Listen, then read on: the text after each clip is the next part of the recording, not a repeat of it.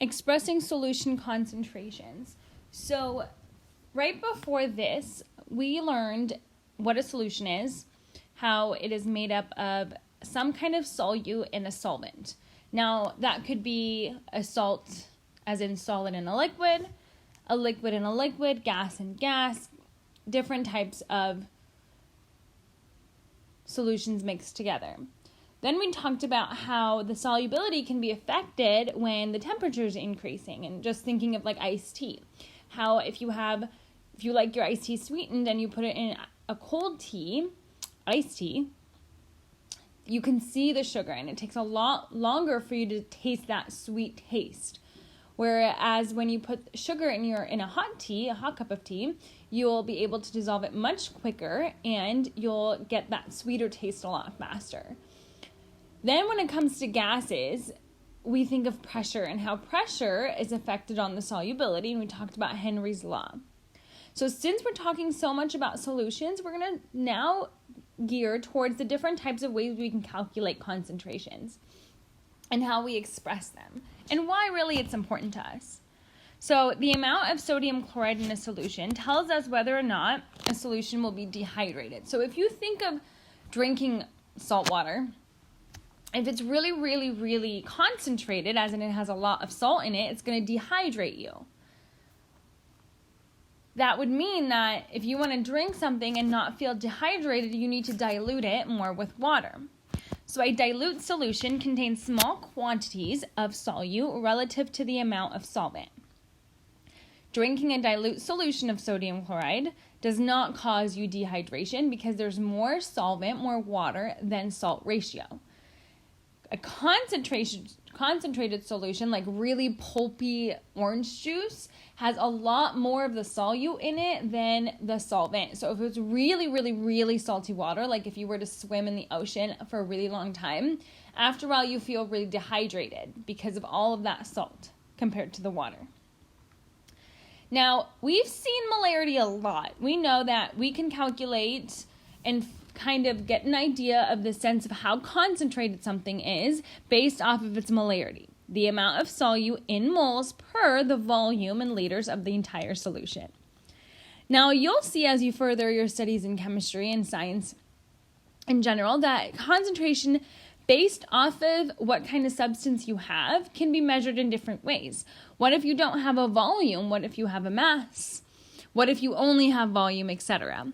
So another way that we express concentration is through molality.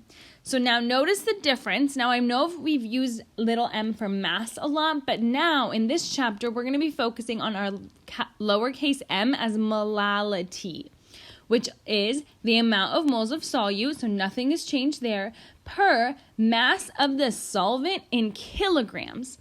So here, you're only looking at the moles of the solute over the solvent in kilograms. So not only is the unit different, the substance is different. You're not looking over your solution. Remember, solution is solute and solvent.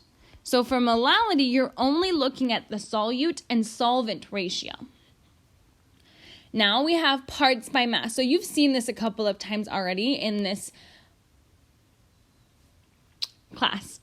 Parts by mass is the concentration ratio of the mass of a solute to the mass of a solution multiplied by 100. So when we do gram solute over gram solution times 100, and we say that's percent mass, that's what we call by parts by mass.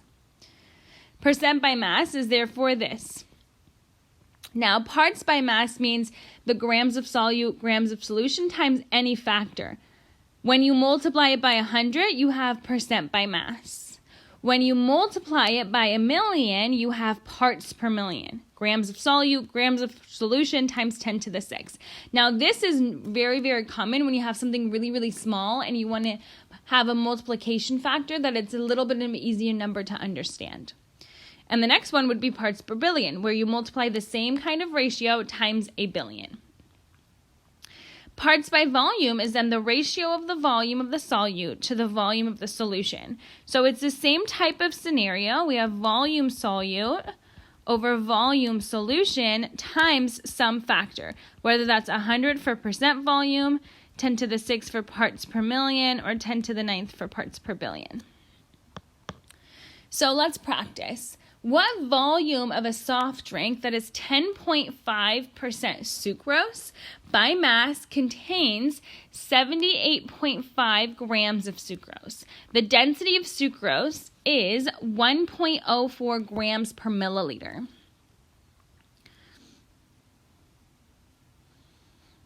So you want to get what unit? What do you want in the end?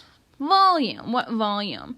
So the only really sense where I can get volume is from my density. So I need to know my mass. Well, I know that the volume of the soft drink is 10.5% by mass, which means 10.5 grams over 100 grams solution. And I know it contains 78.5 grams of sucrose. So then to get my solution, I can multiply my 78.5 grams of solute times my 100 grams of solution over my 10.5 grams of solute. Then you can see that your solute cancels out. Now, I always like to write out what my 10.5% means. Since this is percent mass, I know that that means 10.5 grams of solute, which would be sucrose in this case, over 100 grams of my solution, which is my soft drink. When I do it like that, I can easily see how I can use my 75 grams of sucrose to get the volume of the soft drink. So then if I multiply that by the inverse of my density, I can get 719 milliliters for my volume needed for this amount of sucrose. So the most useful way to express concentration is the amount of solute divided by the total amount of solute and solvent, mole fraction. So you've seen this before. We know that the mole fraction of a substance is the amount of moles of that substance over the total moles.